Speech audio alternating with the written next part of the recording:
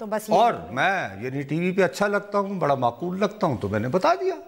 اور اب اس کے بعد جب میری جو خفت اٹھانی ہے میں نے کون سی اٹھانی ہے؟ میں کون سا صحافی ہوں کہ میری سٹوری باؤنس کر جائے تو میں پریشان ہوں. ٹھیک ہے, فیئر انف. جب آپ نے تو اب ایک اور بہت بڑی غلط فہمی جو ہے وہ پھیلائی جاتی ہے. وہ کیا؟ وہ غلط تاثر ہے. ہوتا یہ ہے مثلا جیسے یہ جتنے جرنیل تھے جن کے نام زیر غور تھے, ان سب نے ایک ہی سال میں ایک ہی کورس کیا ہے. یعنی پاکستان پی ایم اے میں جب یہ گئے ہیں سب اکٹھے تھے تو سب اکٹھے گئے. اب یہ جو بات آتی ہے کہ جی فلاں سینئر تو فلاں سینئر, اس کے پیچھے پتہ ہے نہیں کیا راز کیا ہے؟ کیا ہوتا ہے یہ جو آپ نے ٹیسٹ دیا ہوتا ہے؟ نہیں بھی اس طرح نہیں ہوتا. فرض کرو میں اور آپ دونوں اس سال 2016 میں سلیکٹ ہو گئے پی ایم اے کے لیے. ٹھیک. آپ کو ملا رول نمبر 13, مجھے ملا رول نمبر 30. That's it. یہ بنیاد ہے. لیکن روایات کے مطابق آپ مجھ سے سینئر ہو گئیں, یہ فرق ہے. کیونکہ وہ تو الاٹ ہو گیا, تو پھر بھی تو میں آپ سے عرض کر رہا ہوں نا کہ وہ ایک اتفاق ہو گیا کہ آپ کا رول نمبر 13 ہے, میرا رول نمبر 30 ہے. تو یہ کہا جائے گا کہ جی گل مینے جو ہے وہ نصرت جاوید سے سینئر ہے. واہ, what a good day that would be. But چلیں میں ایکسپلین کرنے کو. اب یہ روایات کا حصہ ہے, لیکن اس سے جو عام لوگ ہوتے ہیں انہیں تاثر یہ ملتا ہے جو اخبار پڑھتے ہیں یا ٹی وی دیکھ کے. ان کی بدنصیبی کہ میرے جیسے لوگوں کو وہ پاکستان کی سیاست ہمارے ذریعے وہ سمجھنے کی کوشش کرتے ہیں. میں یعنی پاکستان کے عوام سے فلی اس پہ معافی بھی مانگتا ہوں اور ہمدردی کا بھی اظہار کرتا ہوں.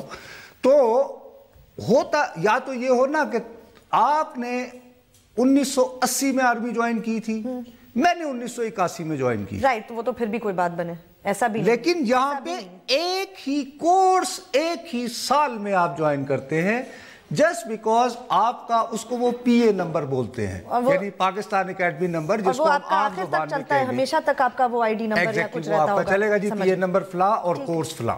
رائٹ, ٹھیک, بالکل ٹھیک ہے.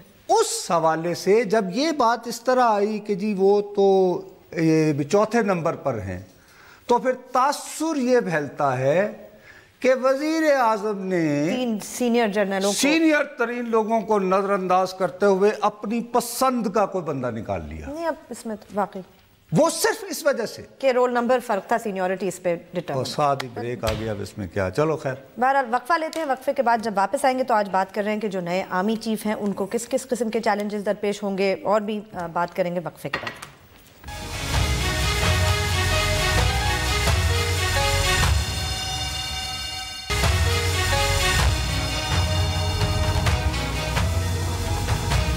فیس بک پہ جائیے, لکھیے بول بول پاکستان, ہمارے پیج کو لائک کریں, کوئی سوال ہو یا کامنٹ ہو لکھ کے ضرور بھیجیں. اب یہ تھوڑی سی فائنر ڈیٹیلز ہوتی ہیں, ان فائنر ڈیٹیلز کو ہمارا فرض بنتا ہے کہ ہم لوگوں کو ایکسپلین کریں, بتائیں, وضاحت کریں. جب یہ آتا ہے نا کہ جی چوتھے نمبر پر وہ والے جرنیل کو, تو اس کا مطلب یہ ہوتا ہے کہ جیسے انتہائی تجربہ کار, ان سے زیادہ سینئر لوگوں کو نظر انداز کر دیا گیا, جبکہ یہ حقیقت نہیں ہے. یہ 4 ایک لیول کے ہیں سارے, ایک لیول کے, اور ان کی اپنی اپنی بریلینس, اپنی اپنی خوبیاں, اپنے اپنے. ایک لاہور سے مجھے کہہ رہے ہیں کہ کال ضروری ہے. جی السلام علیکم. وعلیکم السلام. جی بھیا. نصرت صاحب, میں آپ کو یہ بتانا چاہتا ہوں کہ جو آرمی کے آفیسرز پی ایم اے میں جاتے ہیں سلیکشن کے بعد, جی جی, وہاں پہ ان کو نمبر جو ملتا ہے جو آپ بتا رہے ہیں اس کو ہم کہتے ہیں جی سی نمبر, جنٹلمین کیڈٹ نمبر. ٹھیک ہے جی, جی سی نمبر. اور وہ ہوتا ہے آربیٹریری, ایز دے جوائن, تو اسی طرح ان کو نمبر ملتا جاتا ہے. اچھا. پھر وہ وہاں پہ جب 2 سال ٹریننگ کرتے ہیں تو اس کے بعد ان کی پرفارمنس کی بیس پہ ایک آرڈر آف میرٹ بنتا ہے. اچھا جی. اور اس آرڈر آف میرٹ میں جو ان کا سیکوینس آتا ہے پرفارمنس کے حساب سے, وہ اس کو ہم پی اے نمبر کہتے ہیں. اچھا. اگر زبیر حیات صاحب کا آرڈر آف میرٹ سب سے سینئر تھا تو اس لیے ان کو سب سے سینئر پی اے نمبر ملا ہے. ٹھیک ہے. تو یہ بیسیکلی ان کی پرفارمنس کو انڈیکیٹ کرتا ہے پی ایم اے کے اندر جو 2 سال انہوں نے ٹریننگ کی ہے. ٹھیک ہے. اچھا, آپ کہ آپ یہ کہہ رہے ہیں کہ ایک کیڈٹ نمبر سے جب آپ کو پی اے نمبر ملتا ہے تو اس میں ان کے 2 سال کی پرفارمنس کو کاؤنٹ کر لیا جاتا ہے.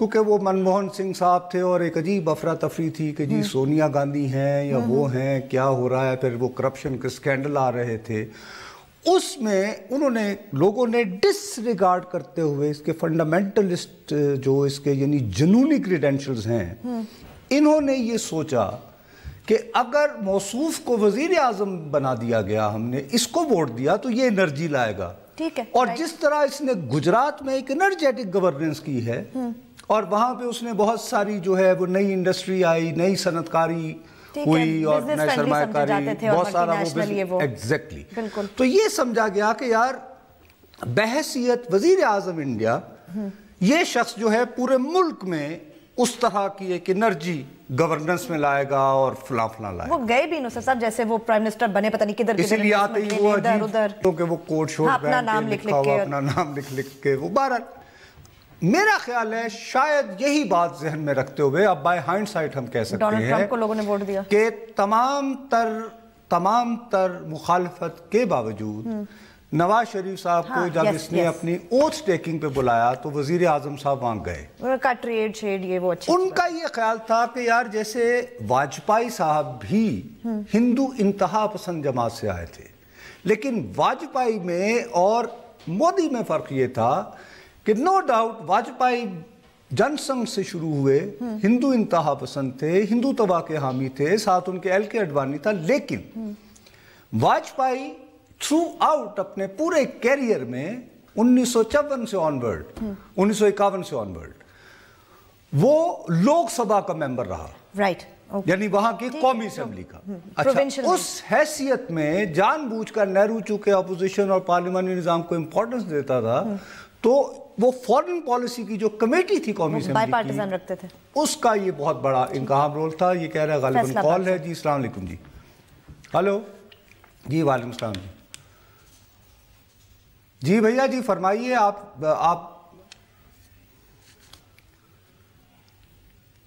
جی۔ اور میں اس میں صرف تھوڑا سا اتنا سا کہنا چاہتا ہوں بینگ این آرمی آفیسر جی جی کہ جو آپ کہہ رہے ہیں نا کہ لوگوں نے ہائپ کریٹ کی، یہ میں کہتا ہوں اس کا پہلو یہ دیکھ سکتے ہیں آپ کہ دے لو آرمی، تو تھوڑا سا لوگوں کا ایک انٹرسٹ ہوتا ہے، لیکن ابو دی آل جنہوں نے ڈیسیجن لینا ہوتا ہے، مطلب آپ I must appreciate the prime minister کہ ان کا یہ جو ڈیسیجن ہے it has been appreciated۔ بالکل جی بالکل، جیسے آپ دیکھیے نا سر، آپ بالکل بہت نو ہو ہے آرمی کی اور بڑی ڈیلیبریشن کے ساتھ وہ فیصلہ کیا انہوں نے، اور this has been appreciated، اور میں کہتا ہوں اس سے بہتر فیصلہ ہو نہیں سکتا۔ Sir thank you very much. اور اس سے پہلے دیکھیے نا جو جنرل راحیل شریف صاحب کی اتنی جو تعریفیں ہو رہی ہیں اور انہوں نے ایک گیم چینج کی، تو کوئی اس کو پسند کرے یا نہ کرے، اس وقت جب وہ باتیں چل رہی تھی تو اس وقت بھی ہمارے دوست کہا کرتے تھے کہ جنرل راحیل شریف صاحب تو کنسیڈر ہی نہیں ہو رہے کیونکہ وہ میڈیوکر جنرل سمجھے جاتے ہیں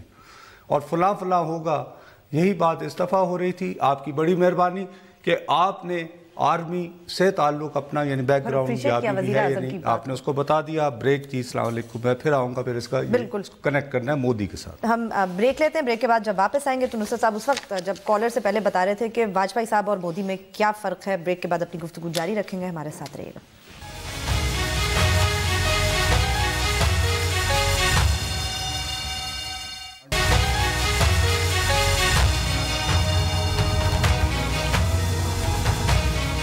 ہمیں ٹویٹ ضرور کیجئے، ہمارا ٹویٹر ہینڈل ہے بول پاکستان _۔ اچھا، اب وہ مسئلہ یہ ہے کہ جو میں یعنی جلدی ایکسپلین کرنا چاہتا ہوں وہ میں یہ کرنا چاہ رہا ہوں کہ اب مودی کو آئے ہوئے 3 سال ہو گئے ہیں، 3 سال میں وہ کوئی معیشت کے حوالے سے وہ جلوہ نہیں دکھا پایا، ٹھیک، کیونکہ جب یہ گجرات کا وزیر اعلیٰ بنا تھا تو اس وقت نئی لبرلائزیشن ہو رہی تھی، وہ نہرو کا جو سوشلزم تھا وہ ریسیڈ کر رہا تھا، تو یہ وہ موقع وہ ایک موقع تھا، اس سے اس نے یقیناً بھرپور فائدہ اٹھایا۔ ویسے اس پہ بھی نصرت صاحب بہت لوگ کرٹیسائز کرتے ہیں کہ غریبوں کا کوئی فائدہ نہیں ہوا، کچھ مڈل کلاس اور وہ بڑھایا، مطلب there is another side of the argument also۔ ایک ہے نا واشنگٹن کنسنسس، ٹھیک ہے، کہ اس کے مطابق یہ کہ جی ٹرکل ڈاؤن اور فلانا اور فلانا اور فلانا، اس پہ میں اس حوالے سے آئی ایم سوری، میں یعنی کہ آپ بات کر رہی ہیں وہ بندہ جو امریکی سامراج مرد آباد کے نعرے لگاتا رہا ہے، so please don't try to tell me, لیکن ورلڈ کے حوالے سے وہ یہ سمجھتے ہیں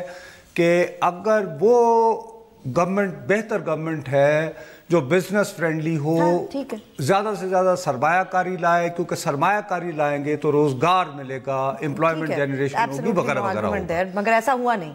ایسا جو کچھ ان کی گجرات کے حوالے سے ریپوٹیشن تھی وہ یہ بھارت میں دکھا نہ پائے. ٹھیک ہے باس، وہ ایک صوبہ تھا، یہ پورا ملک ہے. اب اس کے بعد کیا ہوا کہ انہوں نے پھر کہا کہ اچھا یار یہ اگر میرا چورن نہیں بک رہا تو let's go back to my Hindutva roots. Okay, تو پھر اس نے دوبارہ یعنی پاکستان کے ساتھ اگریسو پوسچرنگ کو، وہ جو کیا 56 انچ کی یا 54 انچ کی چھاتی والا جو مسئلہ تھا، اس نے کہا اچھا یار چلو میں کوئی اکنامیکلی تو ڈیلیور نہیں کر پایا، تو پھر ان کا دھیان ادھر تو لہذا یہ یعنی کہ نیشنلسٹک ہندوازم اور یہ یعنی کہ جنونیت کی بیس پہ. ٹھیک ہے. اس کا ایک اور جو پھر اس نے کارڈ کھیلا، اس دن اس نے ایمرجنسی تقریر کی جب ہم ابھی پروگرام شروع کرنے والے تھے، ڈی مونیٹائزیشن کی. اس میں اگر آپ ریکال کریں تو اس نے اس کو لنک کیا تھا، اس نے کہا تھا کہ جی پاکستان کے، اور نام لیے بغیر لیکن بڑے واضح الفاظ میں، کہ جی جعلی نوٹ چھاپ کر یہ بھیجے جاتے ہیں اور دہشت گردی کو. اب اتنے دنوں سے تم ڈی مونیٹائزیشن کر چکے ہو، کیا آپ کوانٹیفائی کر سکتے ہو کہ یہ 10%، میں کو زیادہ بات نہیں کر رہا 20 یا کہ یہ 10% جو ہے یہ فیک کرنسی نکلی؟ نہیں، وہ تو بہت افراتفری مچی ہوئی ہے، وہاں ادھم مچی ہوئی ہے لوگوں کو. ارے بی بی، لیکن جنہوں ابھی تک جو جمع ہوئے اس کا اماؤنٹ اور اس میں سے تو وہ مشین میں سے گزار کے یہ تو طے کیا جا سکتا ہے نا بھیا، کچھ ایسا نہیں آیا کہ آپ اس کو کمپیوٹ کر کے بتا دیں، وہ یہ دکھا. دوسرا یہ ہوا ہے آج ہی آپ انٹرنیشنل نیو یارک ٹائم کے فرنٹ پیج کے اوپر ایک بندہ جو کہ اہم ترین عہدوں پر فائز رہا ہے، باپ میں اس کا نام بھول رہا ہوں، اکانومسٹ بڑے ہائی کیلیبر کا، اس نے کہا کہ اس نے تو مروا دیا. اور بات سمجھ میں آتی ہے ڈی مونیٹائزیشن کا سب سے زیادہ نقصان مڈل کلاس اور لوور مڈل کلاس کو ہوا. 70 لوگ خودکشی کر چکے ہیں اس وجہ سے کہ اس نے ڈی مونیٹائزیشن، لمبی لائنیں لگی ہوئی ہیں. ریٹیل کا کاروبار، اب ان کی اوریجنل کانسٹیٹوئنسی دکاندار ریٹیلر تھے، بی جے پی کے، ان کا نقصان ہوا کیونکہ جو لوگ اپنا پیسہ بلیک کو وائٹ کرتے ہیں وہ تو زیادہ پراپرٹی میں لگاتے ہیں یا سونے وغیرہ میں. ٹھیک ہے. اب اس وقت بھارت میں ایک ٹوٹلی اکنامک جو ہے نا وہ ہر چیز سٹیٹک ہے، سٹینڈ سٹل ہوئی ہے، کیونکہ 2.5 لاکھ سے زیادہ اگر آپ کرنسی بدلوائیں گے تو آپ کو پھر اب وہ نئے مافیا بن رہے ہیں. ہاں، وہ پھر اور طریقے آپ میرے نام سے آپ نے جمع کر، خیر anyway وہ ایک الگ بحث ہے. اب اکنامیکلی وہ پھنس گیا کیونکہ یہ بیک فائر کر گئی نا بات اس کی، یہ بھی اس کی بیک فائر کر گئی. اب اس نے کہا کہ بھائی صاحب ٹھیک ہے، 3 سال گزر گئے ہیں، اب میں معاشی میدان میں کوئی جلوہ دکھا سکتا ہوں، کوئی چورن دکھا سکتا ہوں یا نہیں. ایسا کرو کہ پاکستان کے ساتھ معاملات کو اور زیادہ اگریسو، تو وہی پرانی ایک اسٹریٹجی نا کہ اپنے آپ. اور ساتھ ہی اس میں ایڈیشنل فائدہ یہ ہوا کہ چونکہ برہان وانی کی وحشیانہ ہلاکت کے بعد ایک اور سرجائی ہے عوامی احتجاج کی، کشمیر، جس سے نبرد آزما ہونے کا طریقہ موصوف کے پاس ابھی تک نہیں آ رہا. کتنے دنوں تو اس نے کہا یار ایک پنتھ 2 کاج ہو جائیں گے. رائٹ. ایک تو کشمیریوں تک میسج جائے کہ جناب آپ کی مدد شدت کے لیے کوئی اویلیبل نہیں، ہم جو مرضی کریں آپ کچھ نہیں کر سکتے. دوسری طرف یہ کہ آپ اپنا اور بریک کر لیں اور پھر آگے بریک لیتے ہیں. بریک کے بعد واپس آئیں گے تو آج بات کر رہے ہیں کہ نئے آرمی چیف جو ہیں ان کو آگے کس کس قسم کے مسائل اور چیلنجز کا سامنا ہو سکتا ہے. وقفے کے بعد اپنی گفتگو جاری رکھیں گے. Stay with us.